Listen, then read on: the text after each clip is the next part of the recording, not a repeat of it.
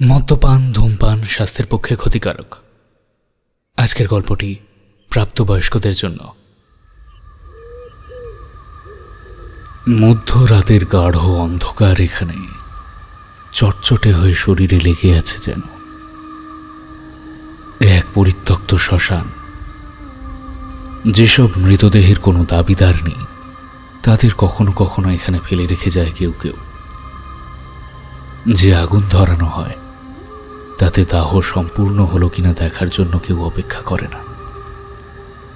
পচা আর পোড়া দেহের গন্ধে সাধারণ মানুষ এখানে কুঁকড়ে যায় মুহূর্তে। এদিক ওদিক ঘুরে ফেরে শকুন আর শেয়াল। অন্ধকার রাতে তরবারির ফলার মতো ঝকঝক করে ওঠে শেয়ালের দাঁত। তার ধূর্ত দৃষ্টি শরীরে শীতল স্রোতের জন্ম দেয়। আজ এই অন্ধকারের মধ্যে মরা গাছের পাতা মাড়িয়ে এগিয়ে যাচ্ছে এক যুবক। যে রাতে শেয়ালের মাংস ছিঁড়ে নেওয়ার শব্দ ছাড়া আর কোনো শব্দ থাকার কথা ছিল না, সে রাতে স্তব্ধতা ভেঙে ডান পা ঘষতে ঘষতে এগিয়ে যাচ্ছে ওই যুবক। তার চলা স্বপ্নাদিষ্টের মতো। এই সব ঢেকে ফেলা অন্ধকারেও কেউ যেন তাকে পথ দেখিয়ে নিয়ে যাচ্ছে।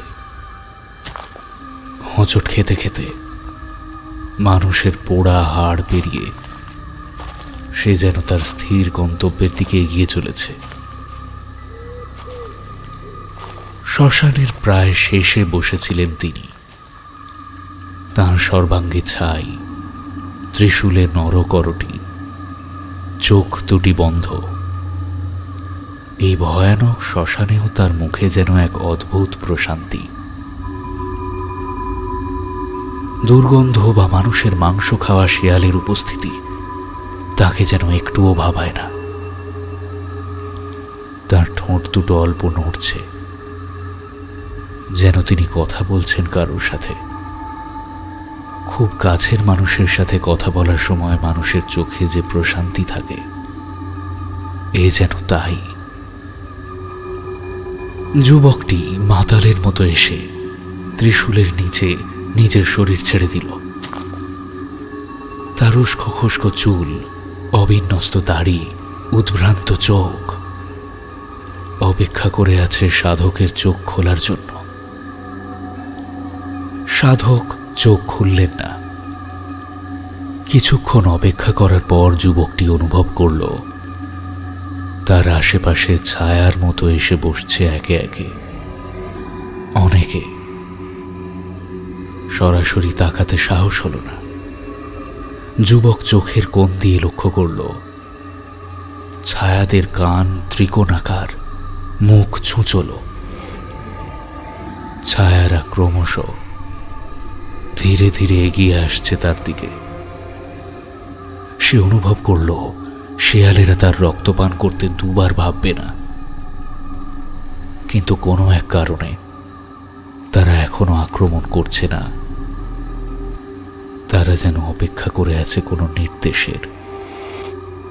তবু নিজেদের লোভে ধীরে ধীরে তারা বৃত্ত ছোট করে আনছে।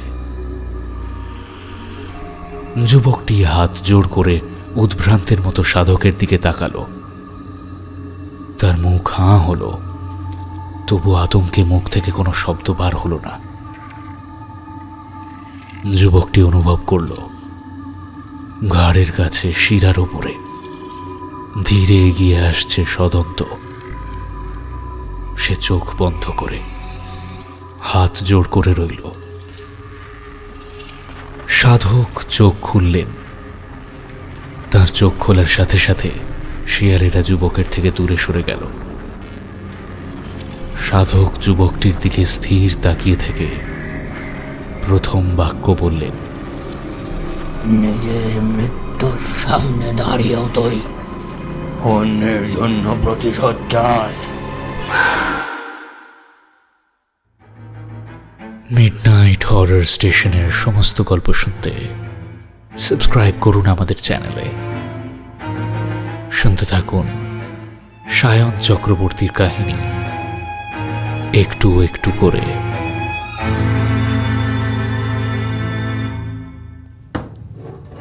বলছি আপনি কেয়ারফুল থাকুন। মদ খাওয়া আপনার একদমই উচিত হবে না, আর রেড মিট তো নয়। প্লিজ আন্ডারস্ট্যান্ড, আপনি যেখানে দাঁড়িয়ে আছেন সেখানে আপনার একদম একটা স্ট্রেস ফ্রি হালকা জীবন দরকার। কথাগুলো শেষ করে ডক্টর চ্যাটার্জি নিজের ব্রিফকেসটা বন্ধ করলেন। নিস্তব্ধ ঘরের মধ্যে ধাতব তালার বন্ধ হওয়ার ছোট্ট শব্দটাও যেন বাতাসে ঝুলে থাকলো অনেকক্ষণ।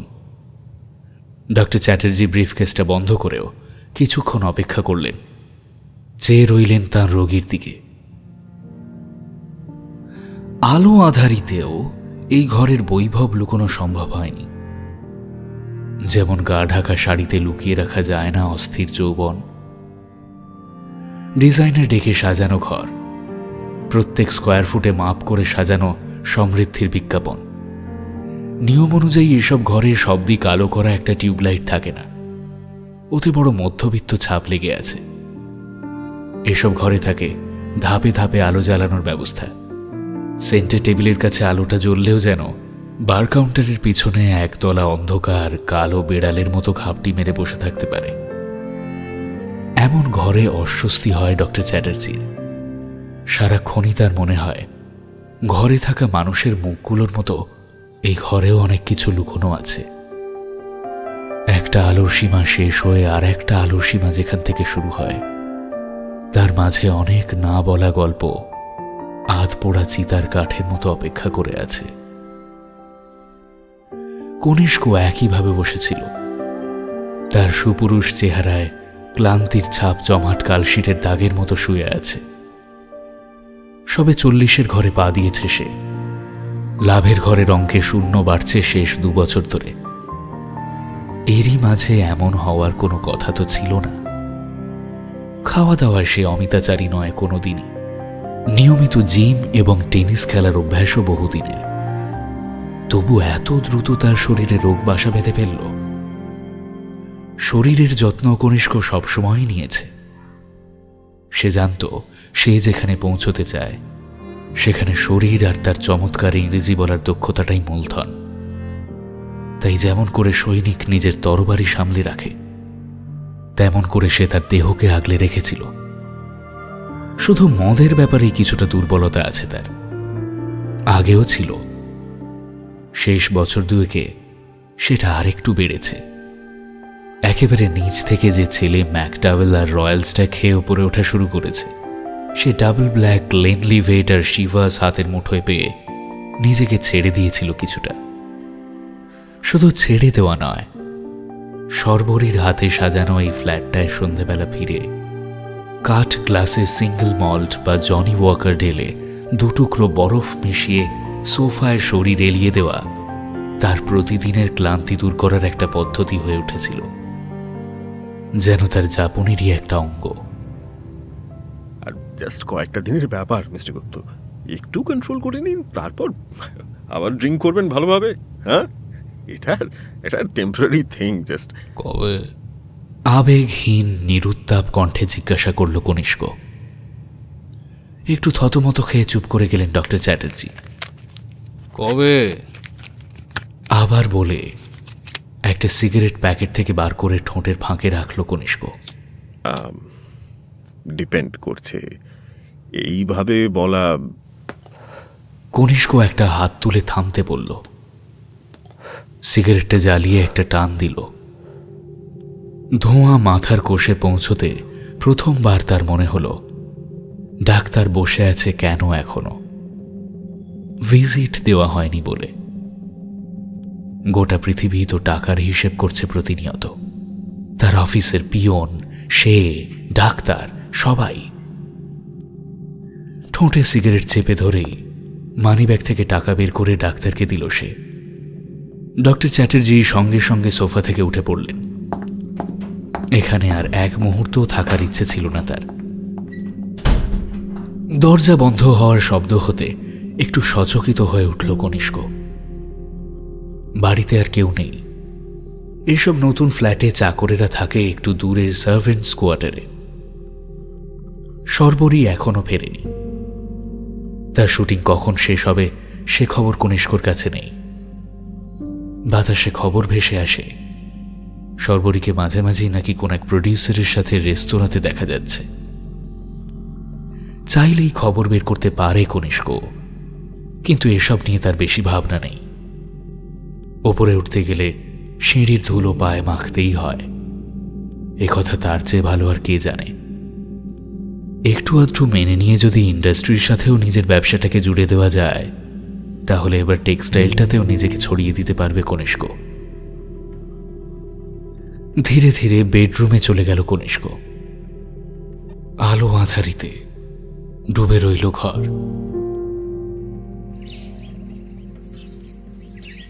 সকালের দিকে একটু দৌড়তে বেরিয়েছিল কনিষ্ক। এমনিতে তাদের কমপ্লেক্সে দৌড়ানোর অনেকটাই জায়গা রয়েছে, আজও সেখানেই দৌড়ানো শেষ করেছে। কিন্তু এখন তার ইচ্ছে করছে একটা সিগারেট খেতে। সে যেখানে আছে সেখান থেকে কমপ্লেক্সের গেট কাছেই, আর বাইরে বেরোলেই একটা চা সিগারেটের দোকান, যেটা এত সকালেও খোলা থাকে। চাকরদের বললেই কেউ এনে দিত, কিন্তু তাদের সময় লাগবে খানিকটা, তাই সে নিজেই বেরোল। সকালের দিকে লোকজন রাস্তায় প্রায় নেই। কনিষ্ক সিগারেট ধরালো। দোকানের লোকটা সসপ্যানে চা ফোটাচ্ছে, প্রায় আধ ভাঁড় চিনি মেশালো এখন। কনিষ্ককে সেদিকে তাকিয়ে থাকতে দেখে লোকটা প্রশ্ন করল, দাদা চা খাবেন? সকাল সকাল তো একদম ফ্রেশ বানাচ্ছি। কনিষ্ক মাথা নেড়ে না বলল। এই রাস্তার চা বিস্কুট থেকেই তো জীবন শুরু করেছে সে। অল্প বয়সেই বুঝে গিয়েছিল ওপরে ওঠার জন্য যে মেধা প্রয়োজন, সে মেধা তার নেই।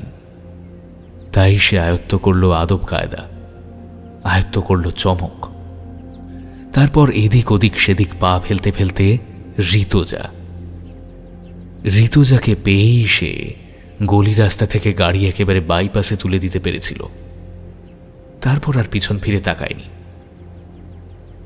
সত্যি কি তাকায়নি? তার ফেলে আসা পথকে সে কি একেবারে মুছে দিতে পেরেছে?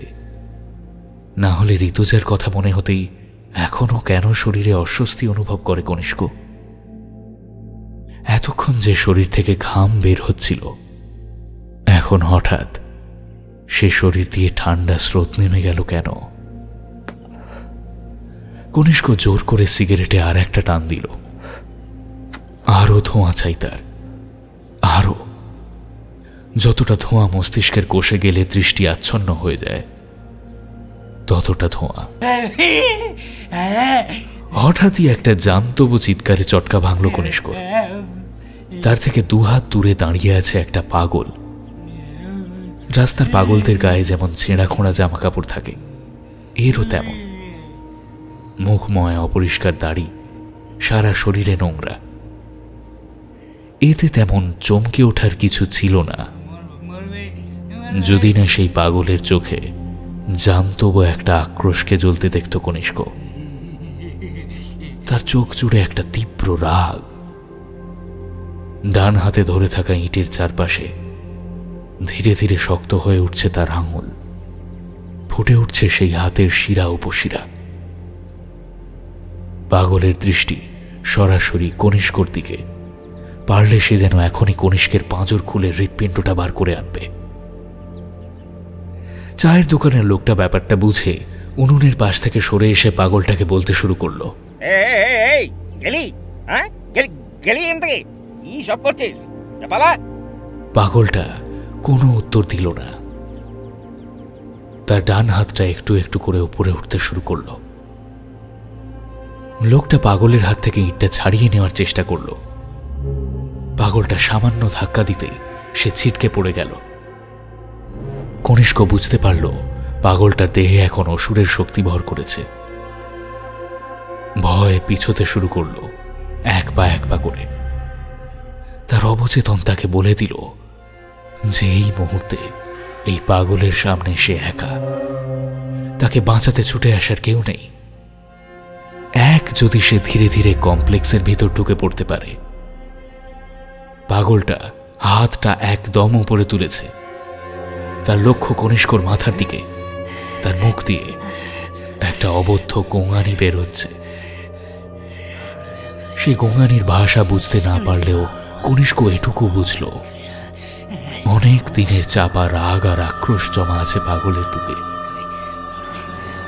সে আক্রোশ কি তার প্রতি, নাকি এই মুহূর্তে পাগলের চোখে সে অন্য কেউ? পাগলটা ইঁট ছোঁড়ার জন্য হাতটা একটু পিছল, আর সেই সময় একটা অদ্ভুত ঘটনা ঘটল।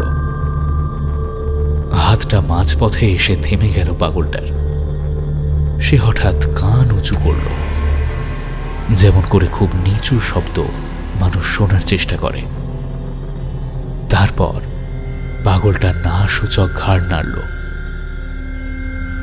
প্রথমে আস্তে, পরে খুব জোরে। কনিষ্কের মনে হলো পাগলটা যেন কারোর সাথে কথা বলছে, যেন কেউ তাকে নির্দেশ দিচ্ছে কিছু করার জন্য, আর সেই নির্দেশ সে মানতে চাইছে না। কনিষ্ক আরো একটু পিছিয়ে এলো। পাগলটা আবার একবার মাথা নাড়ল, তারপর কাঁধ ঝাঁকালো একটু, যেন অনিচ্ছা সত্ত্বেও সে নির্দেশ মেনে নিচ্ছে।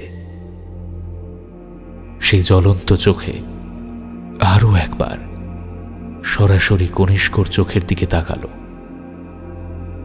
কনিষ্কর ভিতর অব্দি কেঁপে উঠল, কিন্তু তারপর পাগলটা যা করল তাতে সে সবচেয়ে বেশি ভয় পেল এখনো পর্যন্ত।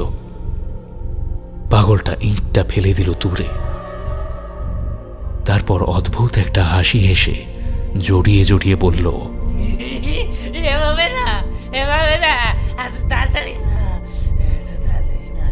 বলে ছুটে রাস্তা পেরিয়ে পালিয়ে গেল। কনিষ্ক অনুভব করল তার শরীরের ভিতর যেন তামামা বাজছে, যেমন করে বাঘ শিকারের সময় চারদিক থেকে আদিবাসীরা বাজনা বাজিয়ে বাঘকে উদ্ভ্রান্ত করে তার নিয়তির দিকে ঠেলে দেয়, ঠিক তেমন বাজনা।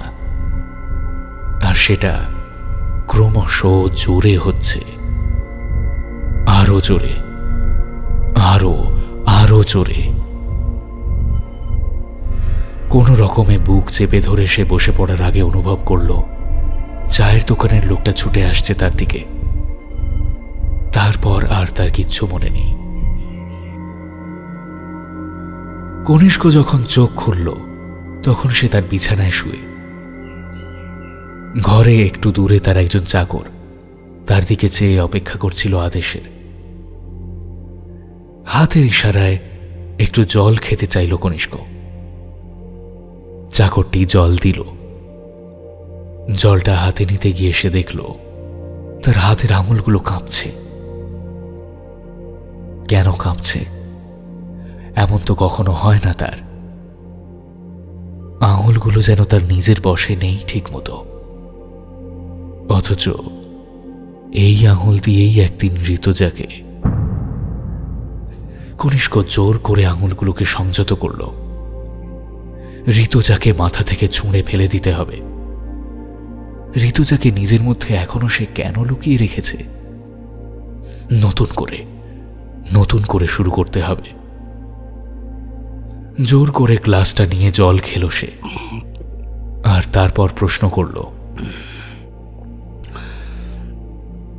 এখানে কে নিয়ে এলো? ওই চায়ের দোকানের লোক এসে সিকিউরিটিকে খবর দিছিল, তারপর সিকিউরিটি আর আমি মিলে। ম্যাডামকে খবর দিয়েছ? ফোন করেছি স্যার, ম্যাডাম ফোন ধরেনি। কনিষ্ক ঘড়ি দেখল, সকাল প্রায় 10টা। কাল সন্ধ্যার পর থেকে সর্বরী বাড়ি ফেরেনি, জানায়ও নেই কিছু। সিরিয়ালে কি একেবারে 2 বছরের এপিসোড শুট হচ্ছে? সে সুতো ছাড়ছে বলে কি সর্বরী একটু বেশি উঠছে না? কনিষ্ক একবার মুঠোটা শক্ত করল। অনুভব করল তার ভেতরে ভেতরে কিছুটা অসহায় হয়ে পড়া শরীর তার রাগের সঙ্গী হয়ে উঠতে পারছে না। কয়েকটা বড় বড় শ্বাস নিয়ে ফোনটা হাতে নিল সে। অনেকক্ষণ ফোন বাজার পর ফোন ধরল সর্বরী। কিছুটা ক্লান্ত স্বরে বলল, হ্যাঁ বলো কনি। কাল রাত থেকে বাড়ি ফেরোনি? একটা হোয়াটসঅ্যাপ করতেও কি কষ্ট হয়? তুমি তো জানো শুটিং ছিল, এতে বলার কি আছে? সারা রাত ধরে কোন সিরিয়ালের শুটিং হচ্ছিল? হ্যাঁ, সেটা কি আর টিভিতে দেখানো যাবে? ইউ সোয়াইন, এক রাত বাড়ি না ফিরতে তোমার ভেতর থেকে রাস্তার ছেলেটা বেরিয়ে পড়েছে, তাই না? হঠাৎ কি মনে হলো, কনিষ্ক বলতে শুরু করলো আজ সকালের কথা। সে ঝগড়ার উত্তর দিল না, শুধু নিজের মনে কথা বলার মতো করে পুরো ঘটনাটা বলল, যেন নিজের মনে মনেই আর একবার গুছিয়ে নিল গোটা ঘটনাটা। এইবার প্রথম তার মনে হলো সে পাগলটাকে আগে কোথাও দেখেছে।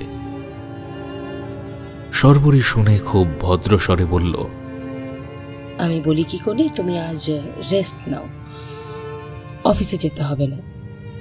একটু ট্রমা হয়েছে, দুপুরে একটু ড্রিঙ্ক করে ঘুমিয়ে নাও, you will feel better, I am sure. আর আমি কাজ শেষ করে সন্ধ্যের দিকে আসছি। আমি এই পাগলকে আগে কোথাও দেখেছি সর্বরী। আর আমার ড্রিঙ্ক করা বারণ তুমি কি ভুলে গেছো? সব পাগলকেই একই রকম দেখতে হয় কোনি। রাস্তায় থাকা সব কটা পাগলের মুখ একই।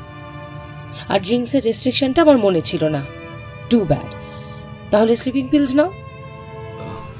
তুমি তুমি একটু আগে আসতে পারবে? কথাটা বলে নিজেই চমকে উঠল কনিষ্ক। এত অনুনয়, এত অসহায়তা, এত কোমলতা তার স্বরে। এভাবে তো সে কখনো কথা বলেনি। হ্যাঁ, অভিনয় করেছে সে বহুবার, কিন্তু এভাবে সত্যি এ কথা বলার মতো একটা মানুষ তার মধ্যে এখনো বেঁচে আছে, নাকি বাইরের দেওয়াল ভেঙে পড়ছে বলে সে ধীরে ধীরে এভাবে বদলে যাচ্ছে? সর্বরীর স্বরে অবশ্য কোনো উত্তাপ বা আক্ষেপ ছিল না। যেমন করে মানুষ স্বল্প পরিচিত আত্মীয়ের বাড়ির চৌকাঠ পেরিয়ে আসছি বলে পিছন না ফিরে চলে যেতে পারে, তেমন করে সর্বরী বলল, কাজ শেষ হোক, যাব। কনিষ্ক ফোন রেখে দিল। সন্ধ্যাবেলা সর্বরী আসার আগে কনিষ্কর কাছে এলো ডক্টর চ্যাটার্জির করা টেস্ট রিপোর্ট, যে টেস্ট তার অচেতন অবস্থায় করা হয়েছিল। কনিষ্ক রাত সকালে একটা মাইল্ড হার্ট অ্যাটাক হয়ে গিয়েছে।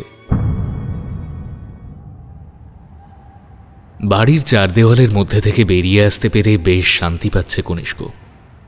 শরীরটা খারাপ হচ্ছেই, তবে সে সেদিকে অত মন দিতে চাইছে না। ব্যবসার কাজেও সম্পূর্ণ মন দিতে না পারায় সেখানেও কিছু কিছু ক্ষতি হতে শুরু করেছে, একথা আজকাল অনুভব করছে বেশ। কিন্তু আর কতদিন সেভাবে ঘরে বসে থাকবে? তাই নিজেকে সে আজ টেনে এনেছে ক্লাবে। আজ সন্ধেবেলা টেনিস খেলবে চুটিয়ে। এই ক্লাবে মোটামুটি অ্যামেচাররাই খেলে, আর তাদের মধ্যে কেউই কনিষ্ককে হারাতে পারে না। কনিষ্কর সব থেকে গর্বের জায়গা তার ফোরহ্যান্ডের বল ঝড়ের গতিতে বিপক্ষের কোর্টে পাঠিয়ে দিতে পারে। বিপক্ষের চোখের পলক ফেলার আগে বল তার নাগালের বাইরে বেরিয়ে যায়। ক্লাবে বেশ কিছুক্ষণ ইতিমধ্যেই খেলে ফেলেছে কনিষ্ক। চেনা মুখেদের কয়েকজনকে হারিয়েও দিয়েছে কয়েকবার। হাতের স্মার্ট ওয়াচটা একবার দেখে নিল সে। 8:15 বাজে। ক্লাবের ভিড়ও কমতে শুরু করেছে। তোয়ালে দিয়ে ঘাম মুছতে যাবে এমন সময় একটি তন্নি ছিপছিপে যুবতী কোর্টে এসে দাঁড়ালো। এক ঝলক কোর্টে চোখ বুলিয়ে নিয়ে সে যেন খানিকটা হতাশ হয়েই ওর দিকে তাকিয়ে বলল, আপনি কি চলে যাচ্ছেন? কনিষ্ক হাসল সামান্য, বলল, ইচ্ছে তো সেরকমই ছিল। মেয়েটি নিজের চোখে অনুনয়ের সুর এনে বলল, আমার আর আসতে একটু দেরি হয়ে গেল, আর কেউ নেই, আপনি প্লিজ একটা ম্যাচ খেলুন না, ওয়ান লাস্ট ম্যাচ। মেয়েটির শরীরী ভাষার মধ্যে একটা চাপা যৌনতা ছিল, একটা মৃদু খেলার সুর। এই খেলা শুধু টেনিস নয়, এ যেন পৃথিবীর আদিমতম খেলার আহ্বান। শরীর টান টান হয়ে উঠল কনিষ্কর। অনেকদিন পর যেন তার আবার নিজেকে যুবক মনে হলো। মেয়েটির সাথে সে কোর্টে ঢুকল। মেয়েটি প্রথম সার্ভেই পয়েন্ট জিতে নিল। কনিষ্ক এতটা আশা করেনি। মেয়েটি আবার তার দিকে তাকিয়ে হাসল। এখনো এই হাসিতে আপত্তি করার মতো কিছু ছিল না, কিন্তু কনিষ্ক যেন তাতে বিদ্রুপের স্বর খুঁজে নিল। সে মেয়েটির চোখের দিকে তাকালো। চোখের এ দৃষ্টি যেন সে আগে দেখেছে। কনিষ্কের গা শিরশির করে উঠল। কোথাও যেন তার জেদ চেপে গেল। আজ তাকে জিততেই হবে। খেলা চলতে থাকলো। মেয়েটি কোর্টে যেন জলের মতো মসৃণ। কনিষ্কর সকল মারেরই তার কাছে প্রত্যুত্তর আছে। যেখানে কোনোভাবেই পৌঁছানোর কথা নয়, সেখানেও মেয়েটি পৌঁছে যাচ্ছে চোখের নিমেষে। কনিষ্ক নিজের চোখকে বিশ্বাস করতে পারছিল না। সে তার সর্বশক্তি দিয়ে খেলেও মেয়েটিকে একটুও বিব্রত করতে পারছিল না।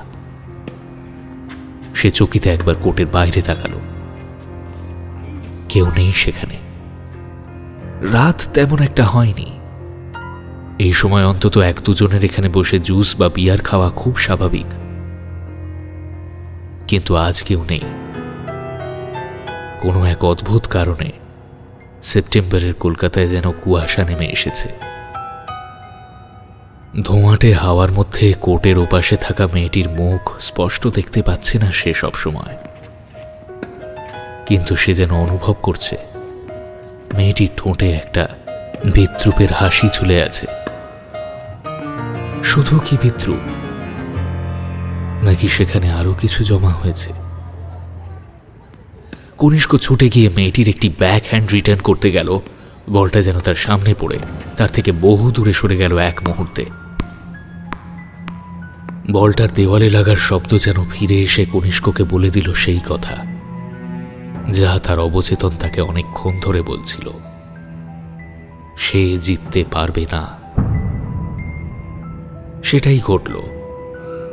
শেষ পয়েন্টে কনিষ্ক নিজের সার্ভেই ভুল করল। বলটা জালে জড়িয়ে যেতে হতাশ হয়ে বসে পড়ল সে। তার মদ, তার শরীর, তার টেনিস সব একে একে তাকে ছেড়ে চলে যাচ্ছে। এত দ্রুত কি করে শেষ হয়ে যাচ্ছে সব? আজ প্রথমবার তার মনে হলো সে যেন তার দিকে এগিয়ে আসা মৃত্যুকে অনুভব করতে পারছে। কলকাতায় সেপ্টেম্বরে নেমে আসা এই অকাল কুয়াশার মতো আকস্মিক আর শ্বাসরোধী। মানুষ কখন মারা যায় জানো? যখন সে বোঝে এই পৃথিবীতে কারোর আর তাকে দরকার নেই। ঋতুজা বলেছিল মারা যাওয়ার দিন দুয়েক আগে। সরল নিষ্পাপ ঋতুজা হয়তো মৃত্যুর দরজায় দাঁড়িয়ে বুঝতে পেরেছিল সবটা। মৃত্যু কি সব জানে? চিতার আগুনের ওপারে যে অনন্ত হিমশীতল পৃথিবী অপেক্ষা করে আছে, যার সম্পর্কে আজও কেউ ঠিক করে জানেনি, হাতড়ে গেছে অন্ধের মতো জমাট অন্ধকারে, সেই মৃত্যুর কাছে কি সব উত্তর আছে? যে মানুষ তার চৌকাঠে গিয়ে দাঁড়ায়, তাকে কি সে কানে কানে বলে দেয় লুকিয়ে রাখা কালো শীতল ঘিন ঘিনে সত্যিগুলো? তাহলে কনিষ্ক এখনো সবটা বুঝতে পারছে না কেন? তাহলে সে কি মৃত্যুর চৌকাঠে পৌঁছয়নি? নাকি তার যে জমে ওঠা পাপ, যে কৃতকর্মের ভার তার বুকে চেপে বসে আছে শেষ 2 বছর, তা তাকে জানতে দেবে না কিচ্ছু? কনিষ্ক ধীরে ধীরে উঠে দাঁড়াল। তার কাঁধে যেন মৃত্যু এসে ভর করতে শুরু করেছে। সে শূন্য দৃষ্টিতে মেয়েটির দিকে তাকালো। কোর্টের ওপার থেকে হেঁটে আসছে মেয়েটি। এবার আর ভুল নেই কোনো। মেয়েটির চোখে শীতল রাগ, মেয়েটির হাসি ভয়াবহ। মানুষ যেমন এক হাতে খড়গ ধরে বলির রাতে কেঁপে ওঠা পশুর গায়ে অন্য হাত বুলিয়ে দেয় পরম মমতায়, আলতো হেসে,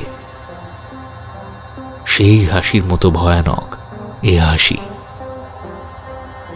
মেয়েটি শুধু মৃদু স্বরে বলে, সব সময় জেতা যায় না, কনিষ্ক সব ভদ্রতা আদব কায়দা ভুলে চিৎকার করে উঠল, কে কে কে তুমি? কে তুমি? মেয়েটি কোনো উত্তর দিল না। আস্তে আস্তে হেঁটে কোর্টের বাইরের টুলটার কাছে গিয়ে বাঁ পাটা তুলে জুতোর ফিতে বাঁধতে লাগল। আলো আধারির মধ্যেও স্পষ্ট দেখতে পেল কনিষ্ক বাঁ পায়ের থাইয়ের কাছে একটা বাদামি চরুল, ঠিক ঋতুজার মতো। ঋতুজা দাঁড়াও, ঋতুজা! মেয়েটি চলে গেল। কুয়াশা কেটে গেল। কনিষ্কর চিৎকারে ছুটে এসেছে ক্লাবের কয়েকজন। কি হয়েছে মিস্টার গুপ্তা? ওই মেয়েটিকে যে এখন টেনিস খেলে গেল এখানে, কে মেয়েটা? সবাই মুখ চাওয়াচাওয়ি করল। তারপর ক্লাবের টেনিস কোর্টটা যে দেখাশোনা করে সে বলল, আজকে তো আপনিই লাস্ট আধ ঘন্টা এখানে খেলছিলেন স্যার। খুব গরম বলে আর কেউ তো আসেনি। আমিও খেলতে আসবো ভেবেছিলাম, কিন্তু কিছুতেই যেন ওদিক থেকে উঠতে ইচ্ছে করছিল না। আপনারও তাই হয়েছে? আমারও যেন। একটা মৃদু গুঞ্জন চলতে থাকে ভিড়ের মধ্যে। অনেকেই আসতে চেয়েছিল, কিন্তু কেউ আসেনি কোর্টে। কোনো না কোনো অদ্ভুত কারণে কেউই আসতে পারেনি। যাকে কনিষ্ক দেখেছে তাকে কেউই দেখেনি। আজ নয়, হয়তো কখনোই নয়। কনিষ্ক চোখ বন্ধ করল। শুধু দুটো দৃশ্য তার ভেতরে বারবার ফিরে ফিরে আসছে। মেয়েটির সেই শেষবারের হাসি আর একটা ভীষণ চেনা বাদামি রঙের জন্মদাগ।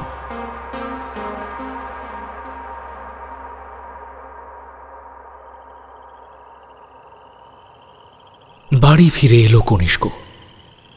ক্লান্ত অবসন্ন শরীরটা সোফায় এলিয়ে দিতে দিতে তার চোখ গেল ক্যালেন্ডারের পাতায়।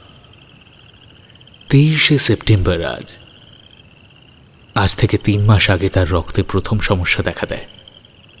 শরীরে শুরু হয় একটা অস্বস্তি, যা প্রতিদিন প্রতি মুহূর্তে বেড়ে চলেছে। সে নিজের সেলারের দিকে শূন্য দৃষ্টিতে একবার চেয়ে দেখল। দামি দামি বোতলে ভরা সেলার 8, 12, 18 বছর ধরে নিজেদের ধীরে ধীরে তৈরি করা মদেরা অপেক্ষা করে রয়েছে। আপাত দৃষ্টিতে তারা সবাই শান্ত, কিন্তু একবার সুযোগ পেলেই তারা শটান রক্তে ঝাঁপ দেবে, কাঁপিয়ে তুলবে ভেতর ভিত। আজকের তারিখটার মতো আপাত শান্ত সব। কি আছে 23শে সেপ্টেম্বর তারিখে? দুটো জিনিস। একটা সবাই জানে, কিন্তু আর একটা এ পৃথিবীতে হয়তো সে ছাড়া আর কেউ মনে রাখেনি।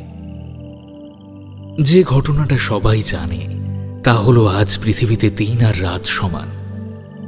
এরপর ধীরে ধীরে দক্ষিণ মেরু সূর্যের দিকে ঝুঁকতে শুরু করবে, রাত বড় হতে শুরু করবে উত্তর গোলার্ধে।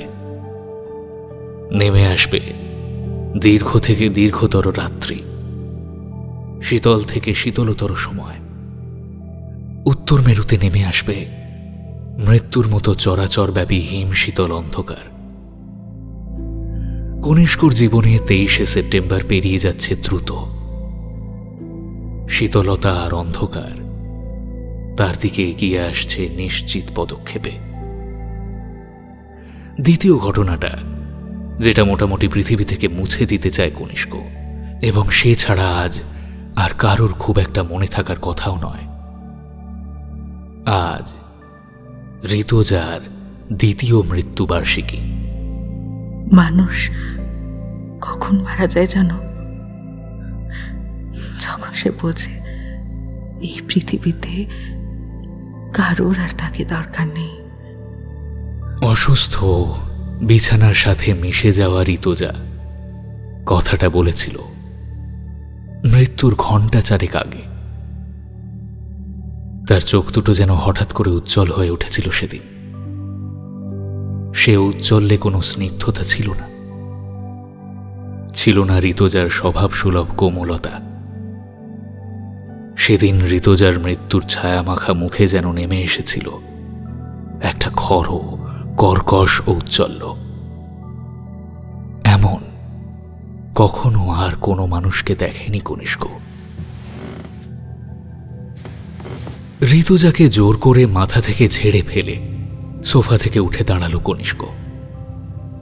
সে এভাবে ফুরোতে আসেনি, সে এখনো বেঁচে আছে, প্রবলভাবে মানুষ হয়ে, পুরুষ হয়ে সে বেঁচে আছে।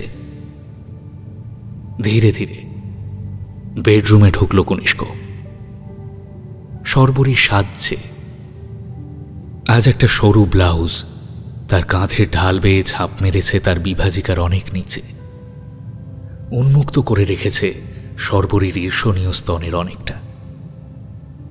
স্বচ্ছ কালো শাড়ির আঁচল শরীরকে আদর করে নেমে গেছে উরুসন্ধি বেয়ে অমোঘতর আকর্ষণে।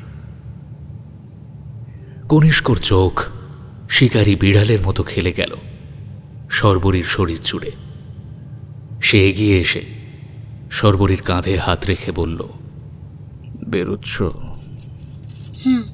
পার্টি আছে, রাতে ফিরবো না। কনিষ্কর বুক বেয়ে যেন নেমে গেল বিষ ভরা লাল পিঁপড়ের একটা দল। সে সর্বরীকে এক ঝটকায় তুলে দাঁড় করিয়ে নিজের কাছে টেনে নিয়ে বলল, এই পোশাকে তুমি সারা রাত বাইরে থাকবে? মিডল ক্লাসের মতো তুমি অন্তত কথা বলো না কনি। একজন নায়িকা এসব পরবে না তো কি গা ঢাকা সালোয়ার কামিজ পরে ঘুরবে? কনিষ্কর শরীরে যেন দানবেরা পা ফেলা শুরু করেছে। সে শাড়ির ফাঁক দিয়ে সর্বরীর পালকের মতো কোমরে হাত রেখে ঠোঁটের ওপর ঠোঁট নামিয়ে এনে বলল, আজ আমি তোমাকে চাই, তোমাকে চাই। সর্বরীর মাখনের মতো ত্বকের স্পর্শে শরীরে রক্ত ছড়তে শুরু করল কনিষ্কর। বহুদিন পরে আবার তার নিজেকে জীবিত মনে হচ্ছে।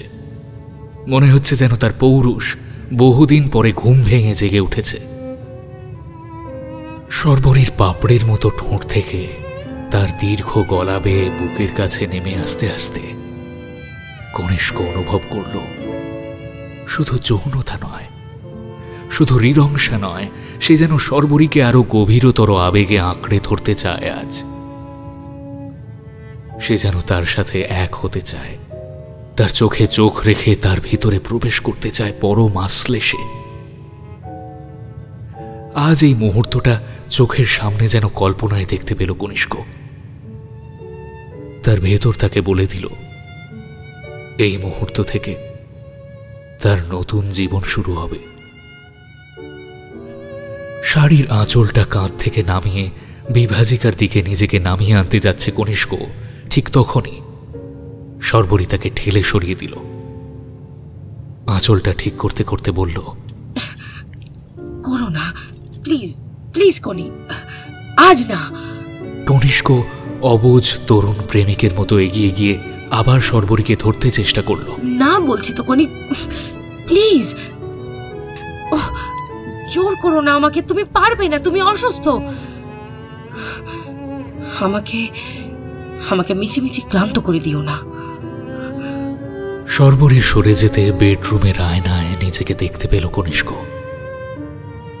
তার মাথার চুল উস্কো খুস্কো, চোখের তলায় কালি, তার মুখে কালো একটা ছায়া। এই ছায়া তার খুব চেনা। এই ছায়া সে খুব কাছ থেকে একটু একটু করে একটা সরল নিষ্পাপ মেয়ের মুখে পড়তে দেখেছে রোজ 6 মাস ধরে। কোথায় যেন ঋতুজার মুখের সাথে আজ তার মুখ মিলেমিশে একাকার হয়ে গেছে। তোমার আর আমাকে আদর করতে ইচ্ছা হয় না? না, অভিমানে কেঁপে উঠেছিল ঋতুজার স্বর। তখন আর কদিন বাকি।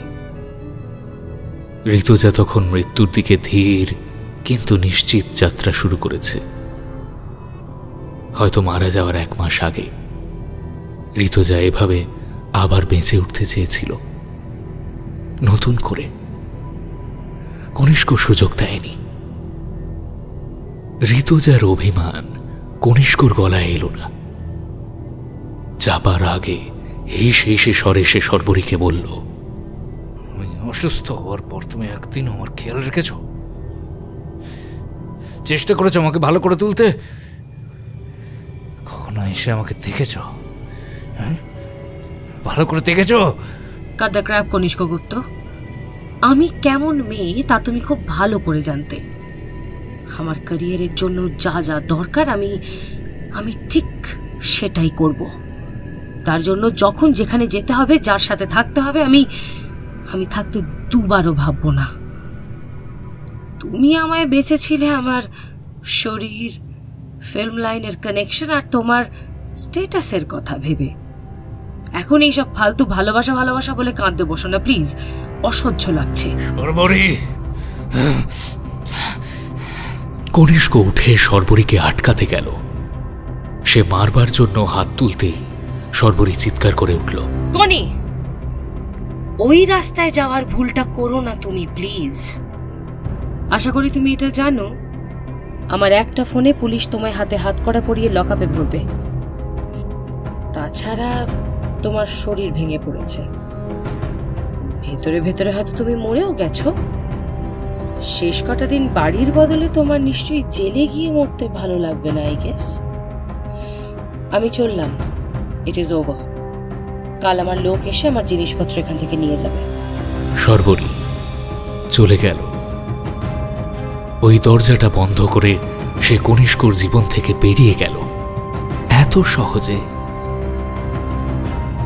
সহজে মানুষ পিছন ফিরে চলে যেতে পারে? হ্যাঁ, পারে কনিষ্কও পেরেছে। ঋতুজার দিক থেকে মুখ ফিরিয়ে নিতে পেরেছিল সে খুব সহজে, কিন্তু ঋতুজা নরম মেয়ে ছিল। কনিষ্ক রাস্তা থেকে উঠে আসা ছেলে, রোদে পুড়ে জলে ভিজে অপমান সহ্য করে একটু একটু করে নিজের ঘুঁটি সাজিয়ে এত অবধি এসেছে কনিষ্ক। এত সহজে সে হার মানবে না। তার নিজের দরকার বাঁধ ভাঙা যৌন আনন্দ, তার শরীরের ভেতর দরকার ডোপামিন আর অক্সিটোসিন। শর্বরী যদি তা না দেয় তবে সে অন্যভাবে তা আদায় করে নেবে। গাড়িটা নিয়ে বেরিয়ে পড়ল কনিষ্ক। আজ অনেক দিন বাদে তার শরীর একটা শরীর চাইছে, টাকার বিনিময়ে হলেও। গাড়িটা নিয়ে ঝোঁকের মাথায় হাইওয়ের ওপর চলে এসে কনিষ্কর মনে হলো আসার কি দরকার ছিল। কাউকে ফোন করে দিলেই হতো, এমনকি এখনো হয়। গাড়ি ঘুরিয়ে ফিরে যাবে। বেরোবার আগে নিজেকে শান্ত করার চেষ্টায় বেশ কিছুটা মদ খেয়ে বেরিয়েছিল সে। এখন পুলিশ ধরলে একটা অকারণ ঝামেলার সৃষ্টি হবে। দোনামোনায় গাড়িটা ঘুরিয়ে নেবে কিনা ভাবতে ভাবতে হঠাৎ পাশে একটা মেয়ে এসে দাঁড়ালো। যৌবন মেয়েটির শরীরে অকৃপণ বিলিয়ে দিয়েছে তার ঐশ্বর্য। মেয়েটি আলতো হেসে কনিষ্কর এয়ার কন্ডিশন গাড়ির তুলে দেওয়া কাচে নক করল। কনিষ্ক মেয়েটির সারা শরীরে চোখ বুলিয়ে নিল সময় নিয়ে, যেমন করে মাছের বাজারে ইলিশ দেখে নেয় ক্রেতা।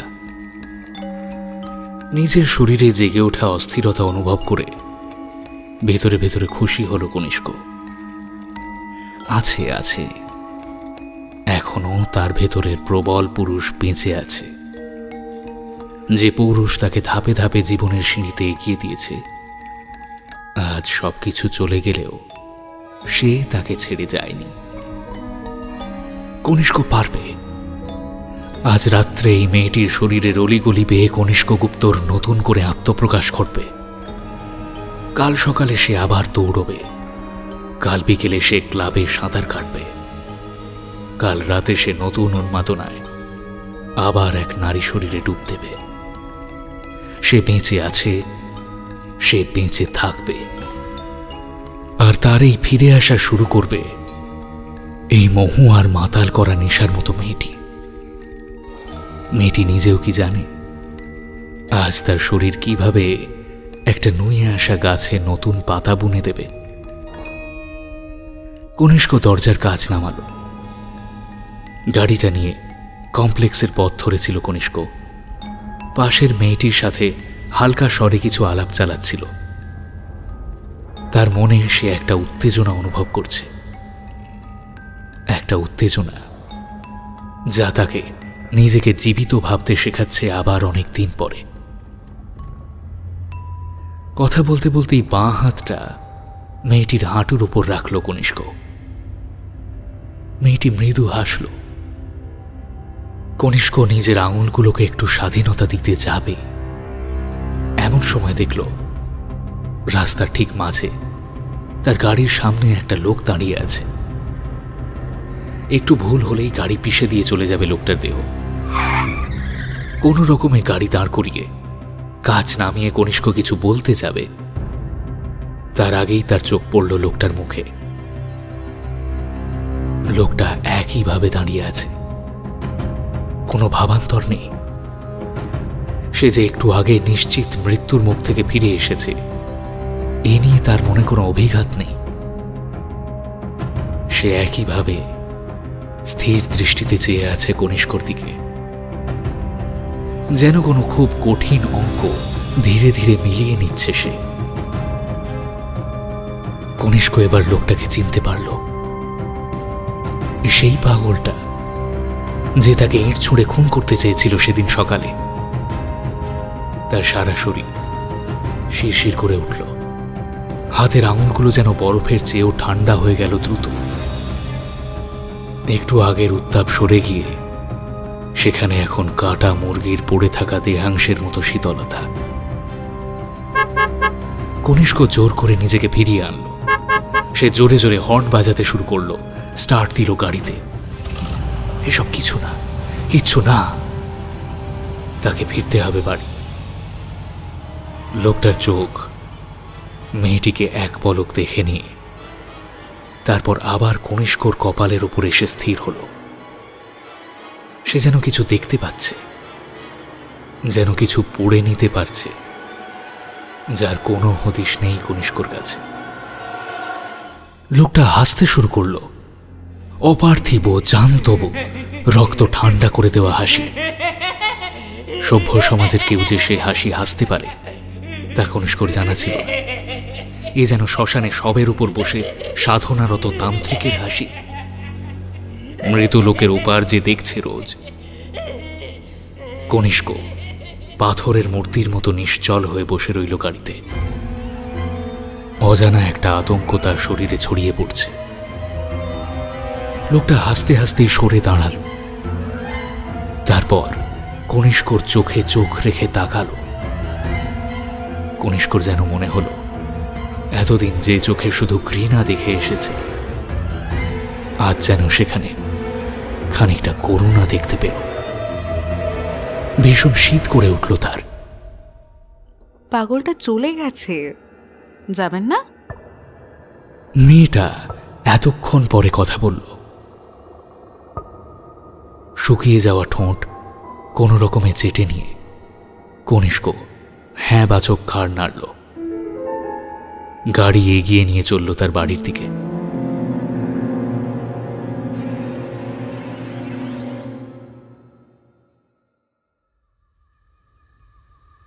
ধীরে ধীরে পাগলটা ফুটপাথে এসে বসল। নিজের মনে সে এখনো হাসছিল অল্প অল্প। ঠিক কেন সে হাসতে শুরু করেছিল এখন আর তার মনে পড়ছে না। মনে পড়ে না তার আজকাল প্রায় কিছুই। তার সমগ্র জীবনটা যেন একটা অন্ধকার গুহার মধ্য দিয়ে নিরন্তর হেঁটে চলা।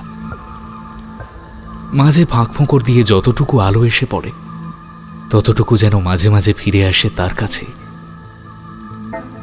তাই ফিরে আসে কোনো এক অচেনা শ্মশান। অনেকগুলো, ভাবতে গিয়েও শিউরে উঠল সে, অনেকগুলো মানুষের মাংস ছিঁড়ে নেওয়া শেয়াল। সে কিছুতেই মনে করতে পারে না কেন সে গিয়েছিল সেখানে। শুধু মনে পড়ে কোনো একটা অন্যায়, একটা ভয়ঙ্কর অন্যায় হয়েছিল, আর তারপর কেউ তার কথা বিশ্বাস করেনি। তাই ন্যায় বিধানের সব কটা রাস্তা যখন একে একে বন্ধ হয়ে গেল, তখন সে ছুটে গিয়েছিল সেখানে, যেখানে সবেদের সংস্কার হয়নি বহু যুগ, যেখানে শকুনেরা নিয়মিত নেমে আসে তাদের নির্মম ঠোঁট নিয়ে। ভাবতে ভাবতে তার শরীর দিয়ে ঠান্ডা স্রোত নেমে গেল। তার স্মৃতিতে আবার ছেঁড়া কাগজের মতো ফিরে এলো এক সাধকের গমগমে কণ্ঠস্বর। তার সাথে অন্যায় হয়েছে, ভয়াবহ অন্যায়। এর প্রতিশোধ যদি চাস, মূল্য দিতে হবে তোকেও। তাকে ফিরিয়ে আনতে গেলে যা যা করতে হবে তার সব আচার করতে হবে তোকেই। আমি শুধু সাথে থাকবো। সে আচার বিভৎস। পান করতে হবে নর রক্ত, কেটে ফেলতে হবে নিজের মাংস, আগুনে উৎসর্গ করতে হবে শকুন। তুই পারবি? তুই সহ্য করতে পারবি? পারবি? এরপর আর কিছু মনে পড়ে না পাগলটার। তার জীবনের পথ অন্ধকার গুহার মধ্যে দিয়ে এগিয়ে চলেছে। মাঝে মাঝে শুধু সাধকের কিছু কথা কানে আসে। কেমন করে তা আসে সে জানে না, তবু আসে। তার শরীর হঠাৎ টান টান হয়ে উঠল, গায়ে কাঁটা দিল। এই অনুভূতির মানে সে জানে আবার সাধক তার সাথে কথা বলবেন। সেই বলায় তার শরীর শিরশির করে ওঠে প্রতিবার। প্রতিবার মনে হয় মরজগতের কোনো প্রাণীর এই শব্দ শোনার কথা নয়। এই শব্দ অন্ধকার ছায়া জগতের থেকে জাত। তার শরীরে সৃষ্টির আদিমতম অন্ধকার নখ ডুবিয়ে রেখেছে। কয়েক মুহূর্ত পরে সে শুনতে পেল তার কণ্ঠ। আজ রাতে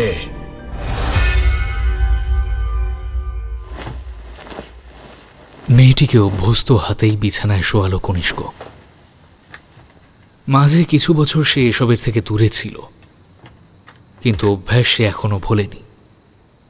প্রথা মাফিক চুমু, তারপর এক হাতেই ওপরের প্রায় উন্মুক্ত টপটা খুলে ফেলে সে মেয়েটিকে নিয়ে এলো নিজের শোয়ার ঘরে, যেখানে কিছুক্ষণ আগেই সর্বরী তার রতির আহ্বান অস্বীকার করে চলে গেছে নিজের যৌবনকে খ্যাতির দামে বিক্রি করতে। মেয়েটি কোনো কিছুতেই বাধা দেয়নি, দেওয়ার কথাও ছিল না। পোশাক খুলতে খুব সাহায্যও করেনি, আবার অনাগ্রহও দেখায়নি। এসবে খুব একটা অবাক হয়নি কনিষ্ক। তাকে যা অবাক করেছে তা হল মেয়েটি যেন ভেতরে ভেতরে অদ্ভুত ধরনের শান্ত। সে শীতল নয়, এমন নয় যে দৈহিক উষ্ণতার কোনো ছাপ তার শরীরে স্পষ্ট হয়ে উঠছে না, কিন্তু তার চোখ দুটো যেন শান্ত ও আশ্বস্ত। এমন অভিজ্ঞতা কখনো হয়নি কনিষ্কর। তবে সে এ বিষয়ে ভেবে সময় নষ্ট করতে চাইল না। নিজের ও মেয়েটির দেহ থেকে পোশাক সরিয়ে সে মেতে উঠতে চাইল আদিমতম খেলায়। এ খেলায় কনিষ্ক পটু।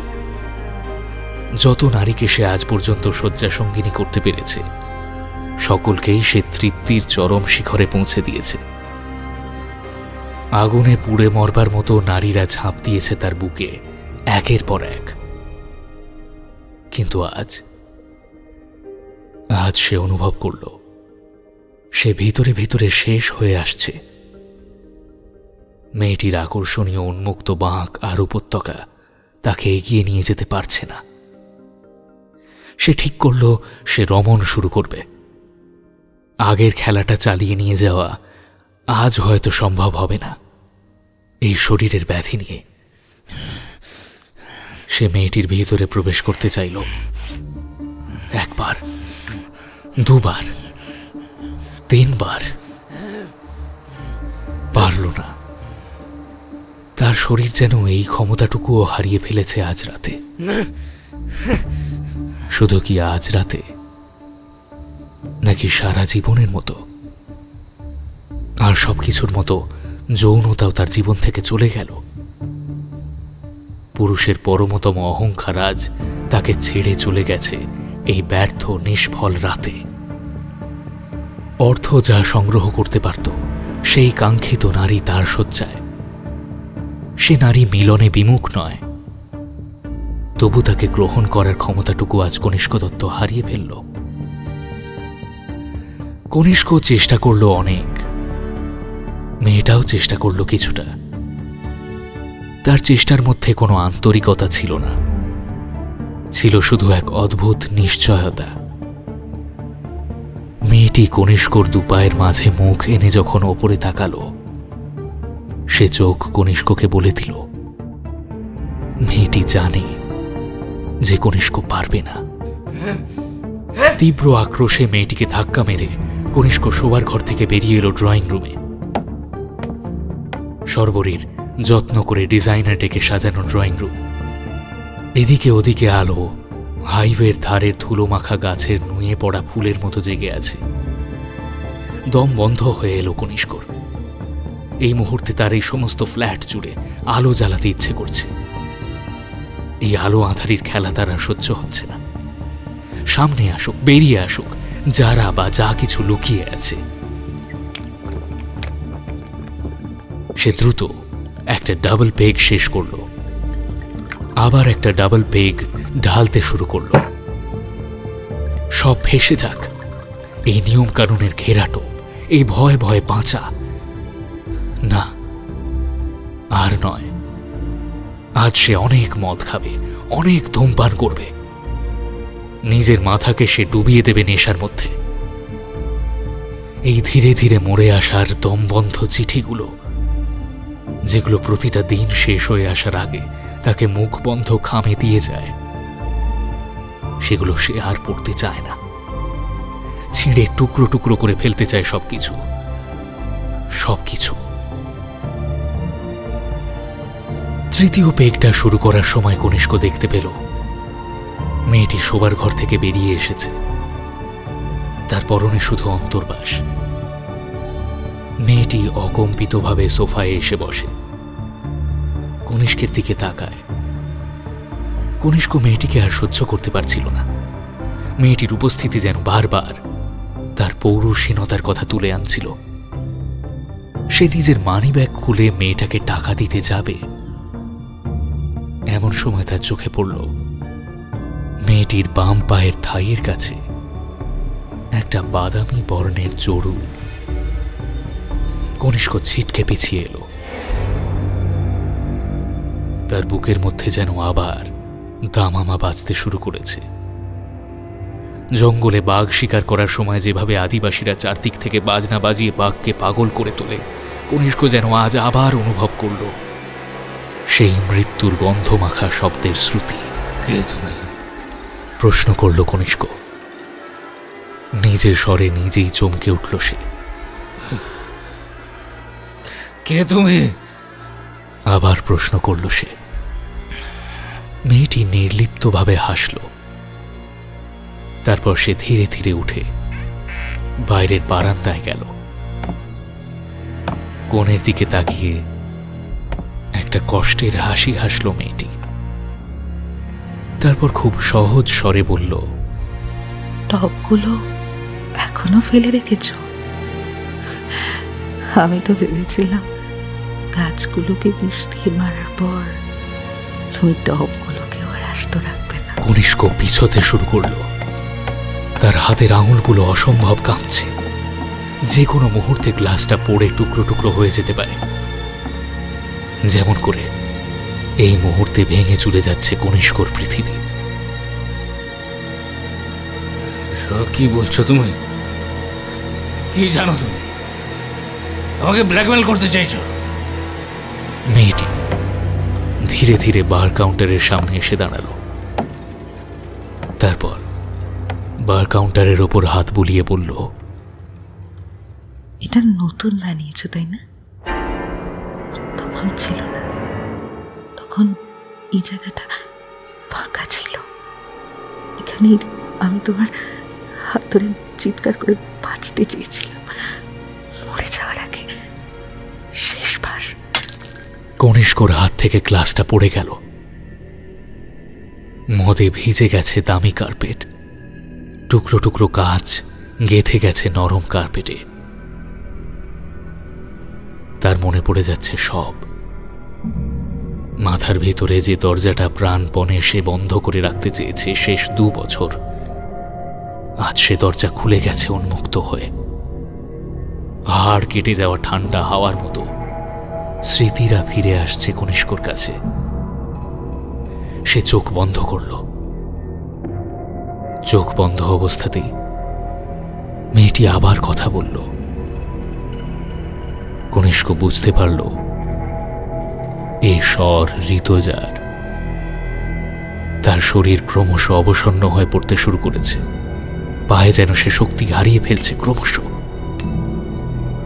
গাছের টুকরোর ওপরে ধীরে ধীরে তার পা শরীরের ভর ছেড়ে দিচ্ছে।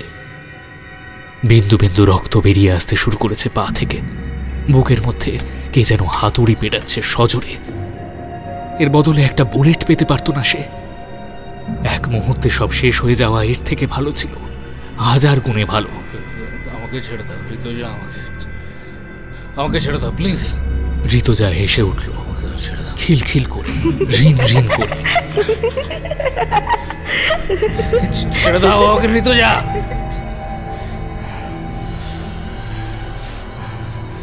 আমাকে ছেড়ে দাও, ভুল হয়ে গেছে, আমাকে ছেড়ে দাও। তোমাকে ছেড়ে দেব? তুমি ছেড়েছিলে? তুমি ছেড়েছিলে? ছেড়েছিলে তুমি? এই একই স্বরে অনুনয় করেছিল ঋতুজা মৃত্যুর কয়েক ঘন্টা আগে। কিন্তু ততক্ষণে দেরি হয়ে গিয়েছে অনেক। মা ছিল না, বাবাও ছিল না, ছিল শুধু তাদের রেখে যাওয়া সম্পত্তি। আমি বুঝিনি তুমি আমার মধ্যে শুধু ওই সম্পত্তিটাই দেখেছিলে। শরীর খারাপ আমার হতোই। বিয়ের পর এমন শরীর খারাপ হতে শুরু করলো যে আর সারতই না। আজ বুঝি ডাক্তার তোমার, ওষুধ আনতে তুমি, খাবারে স্লো পয়জনও তুমিই করতে। আর কি করতে জানো কনিষ্ক? ধীরে ধীরে কনিষ্কর দিকে এগিয়ে এলো ঋতুজা। পড়ে যাওয়া কনিষ্কর কানের কাছে মুখ এনে হিস হিসে স্বরে বলল, তোমার যৌনতার মতো খুন করা নিখুঁত ছিল কনিষ্ক। তুমি বুঝেছিলে আমি ভরসা চাই, আদর চাই, খড়কুটোর মতো তোমায় আঁকড়ে ধরতে চাই। তুমি আমায় আস্তে আস্তে দূরে সরিয়ে দিলে, ব্যবসার কাজে লোক দেখানো ব্যস্ত হলে। আমার পাশে কখনো এসে বসলে না, একবার বললে না আমি ভালো হয়ে উঠবো। আমার পোষা বিড়ালটাকে পর্যন্ত মেরে ফেললে বিষ দিয়ে ওই বারান্দায়। আমার যে বাগান, যে বাগানটা আমার একলা দুপুরগুলোর সঙ্গী ছিল, সেখানের গাছগুলো একটু একটু করে মরে যেতে শুরু করলো। তুমি আমায় বোঝালে, বিশ্বাস করালে এ বাড়িতে আমি যতক্ষণ আছি আমার মৃত্যুর ছায়া সবকিছুকে ঘাস করে ফেলবে। কি অসাধারণ পরিকল্পনা না?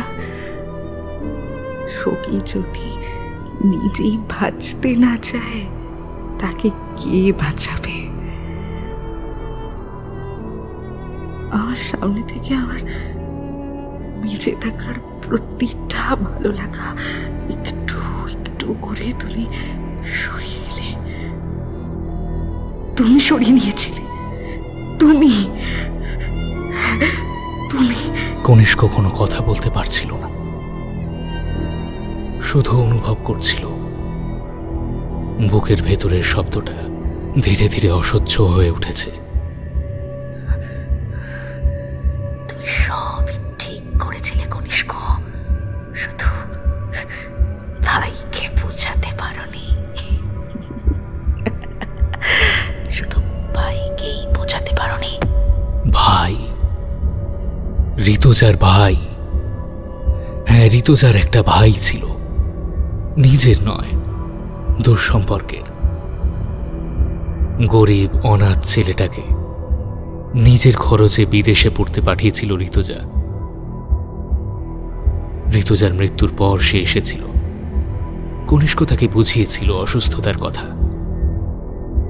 ছেলেটা মানতে চায়নি। পুলিশের কাছেও যেতে শুরু করেছিল দেখে কনিষ্ক একদিন লোকজন দিয়ে ছেলেটিকে প্রবল মার মারে। যারা মেরেছিল তারা বলেছিল ছেলেটার ডান পা নাকি এ জন্মে আর ঠিক হবে না। এরপর ওই ভাইকে আর কেউ দেখেনি এই অঞ্চলে। কেউ দেখেনি নাকি দেখেছে? কনিষ্ক নিজেই কি দেখেনি? কিছুদিন আগে, এমনকি আজও শরীর দিয়ে একটা বিদ্যুতের শিহরণ খেলে গেল কনিষ্ক। পাগলটা, ওই পাগলটা কনিষ্কর মাথা ধরে আসছে। সমস্ত শরীরে সূচের মতো বিঁধে আছে গ্লাসের টুকরো। অসীম যন্ত্রণায় সে বলে উঠল, আমাকে আমাকে মুক্তি দাও, আমাকে মুক্তি দাও ঋতুজা।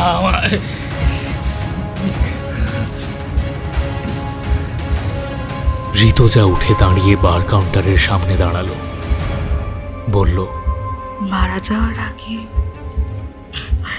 ঠিক কি হয়েছিল তোমার মনে আছে? কনিষ্ক চোখ বন্ধ করল। সেদিন ঋতুজা উতলা হয়ে উঠেছিল খুব। সে যেন বুঝতে পেরেছিল তার শেষের সময় উপস্থিত। সকাল থেকে ঘুমের মধ্যে থাকলেও মাঝে মধ্যে যখন উঠছিল তখন সামলানো যাচ্ছিল না তাকে। সেদিন প্রথম ঋতুজার চোখে তার প্রতি অবিশ্বাস দেখেছিল কনিষ্ক। মৃত্যুর আগে কি ঋতুজা সব উপলব্ধি করতে পেরেছিল? বহুদিন বাদে সেদিন বিছানা থেকে নেমে এসেছিল ঋতুজা। আর যেখানে বার কাউন্টার আছে সেই জায়গাটায় এসে তার দুর্বল শরীর আর নিজের ভার বইতে পারেনি। মেঝেতে কনিষ্কর শরীরে ভর ছেড়ে দিয়ে সে চিৎকার করে বলে উঠেছিল, আমার বাঁচতে দাও কনিষ্ক, বাঁচতে দাও, আমার মেরে ফেলো না, বাঁচতে দাও, বাঁচতে দাও। একথা বলার সময় ঋতুজার ডান হাতের তর্জনী আর মধ্যমার নখ আমূল বেঁধে গিয়েছিল কনিষ্কর হাতে। ব্যথায় শিউরে উঠেছিল সেও। এরপর ঋতুজা আর কোনো কথা বলতে পারেনি। কনিষ্ক তাকে শোবার ঘরে নিয়ে গিয়ে শুইয়ে দিয়েছিল। কয়েক ঘন্টা পরে ঘুমের মধ্যেই মারা গিয়েছিল ঋতুজা।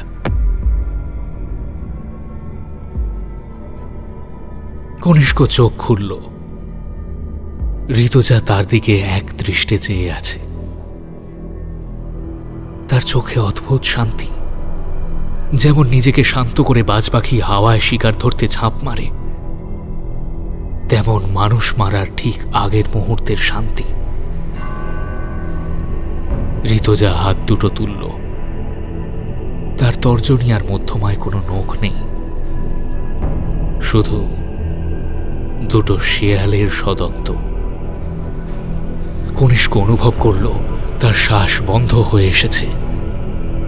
বুকটা চেপে ধরল সে। সে আর বেঁচে থাকতে চায় না। এ জীবনে তার যা কিছু ভালো লাগার সব সব শেষ হয়ে গেছে। ঋতুজা সব শেষ করে দিয়েছে। আর যতদিন ঋতুজা থাকবে আর কিছু সে ফিরে পাবে না। রক্তচাটা শিয়ালের নখগুলো কনিষ্কর গলার দিকে এগিয়ে গিয়েও থেমে গেল। আর প্রয়োজন নেই। গভীর রাতে একা বসে থাকা পাগলটার পাশ দিয়ে কি যেন একটা ছুটে বেরিয়ে গেল। কুকুর নাকি, কিন্তু লেজটা কেমন শিয়ালের মতো না? পাগলটা নিজের মনে হাসল। সব আর তার আজকাল ঠিক ঠিক মনে পড়ে না, কিন্তু সে বুঝতে পারল আর হয়তো সাধক কখনো তাকে নির্দেশ দেবেন না। তার কাজ শেষ হয়ে গিয়েছে। যেখান দিয়ে শেয়ালটা চলে গেছিল সে একবার তাকালো সেদিকে। ওটা কি পড়ে রয়েছে? দুটো, ঠিক দুটো শেয়ালের সদন্ত। আর কোনোদিন শেয়ালটার ওদের দরকার হবে না।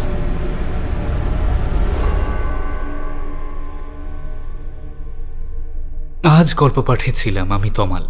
বিভিন্ন চরিত্রে দিতিপ্রিয়া, খুশি, এনামুল, অমিত, নীল এবং রূপঙ্কর। শব্দগ্রহণ ও আবহে আমার সঙ্গে ছিল শ্রীজাত।